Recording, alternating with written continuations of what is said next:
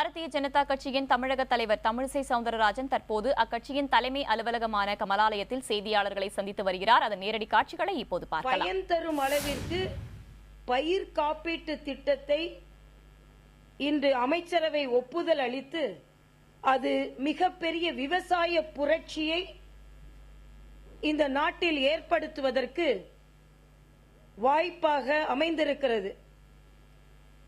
யாரோட செல்போன்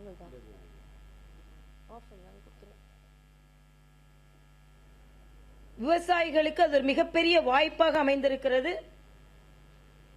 அதனால் விவசாய மக்களுக்கு பயன் தரும் இந்த பயிர் காப்பீட்டு திட்டத்தை அமல்படுத்துவதன் மூலம் பாரத தேசம் முழுவதும் உள்ள விவசாயிகள் அதிக கடன் பெறலாம், அதிக நவீன யுக்திகளை விவசாயத்தில் அவர்கள் பயன்படுத்தலாம்.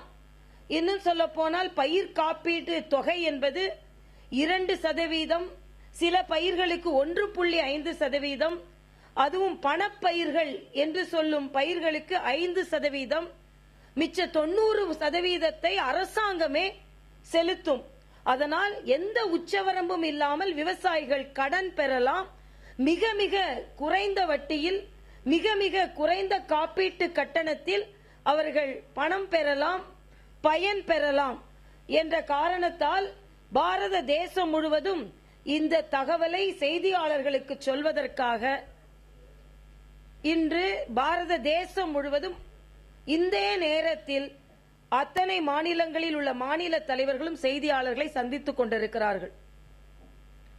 ஆனால் அதே நேரத்தில் எல்லா மாநிலத்தவரும் மகிழ்ச்சியாக செய்தியாளர்களை சந்தித்துக் கொண்டிருக்கின்ற நேரத்தில் தமிழக பாரதிய ஜனதா கட்சியை சார்ந்த நான் ஏற்கனவே ஜல்லிக்கட்டிற்கு ஒரு இடைக்கால தடையை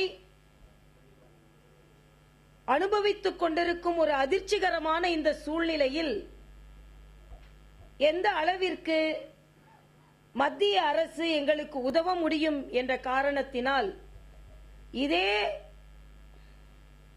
அமைச்சரவை கூட்டத்தில் எங்களுக்காக அவசர சட்டத்தை பிறப்பித்து உதவ வேண்டும் என்ற கோரிக்கையை தமிழக பாரதிய ஜனதா கட்சியின் சார்பில் வைத்திருந்தோம். வேண்டுமென்றால் நாங்கள் நாளையே அனைவரும் தமிழக தலைவர்கள் அத்தனை பேரும் வந்து உங்களை வேண்டி கேட்டுக்கொள்கிறோம். ஏனென்றால் உச்சநீதிமன்றம் அளித்த இடைக்கால தடையிலிருந்து, அந்த அதிர்ச்சியிலிருந்து தமிழகத்தைப் போலவே தமிழக தலைவர்களும் மீளவில்லை என்ற கோரிக்கையை நான் வைத்திருந்தேன். அதனால்தான் அங்கே முழுவதுமாக அது பரிசீலிக்கப்பட்டு, ஆனால் மத்திய அரசு அவசர சட்டம் இயற்ற வாய்ப்பில்லை. ஏனென்றால் இது இடைக்கால தடை உச்சநீதிமன்றம் அளித்திருப்பது. ஆனால் 28வது உரிமையின் பிரிவின் கீழ், மாநில அரசு பிரிவின் கீழ் மாநில அரசுகள் இதற்கான அவசர சட்டத்தை பிறப்பிக்க முடியும். அதற்கு மத்திய அரசு ஒத்துழைப்பு வேண்டும். அந்த ஒத்துழைப்பை முழுமையாக நம்மால் நல்க முடியும் என்று அந்த அமைச்சரவை கூட்டத்திற்கு பின்னால் முடிவெடுத்து அதை மின்னஞ்சல் மூலமாக எங்களுக்கு மத்திய தலைமை அனுப்பியிருக்கிறது. அதனால் மாநில அரசிற்கு இதற்கான அதிகாரம் இருக்கிறது. பாரதிய ஜனதா கட்சியின் தமிழக தலைவர் தமிழிசை சவுந்தரராஜன் அக்கட்சியின் தலைமை அலுவலகமான கமலாலயத்தில் செய்தியாளர்களை சந்தித்தார். அதன் நேரடி காட்சிகளை நாம் பார்த்தோம். அப்போது பேசிய அவர் பயிர் காப்பீட்டு திட்டத்தை அமைச்சரவை ஒப்புதல் அளித்திருப்பதாகவும் சுட்டிக்காட்டினார். இதன் மூலம் குறைந்த வட்டியில் விவசாயிகள் பலன் பெறலாம் என்றும் அவர் தெரிவித்தார்.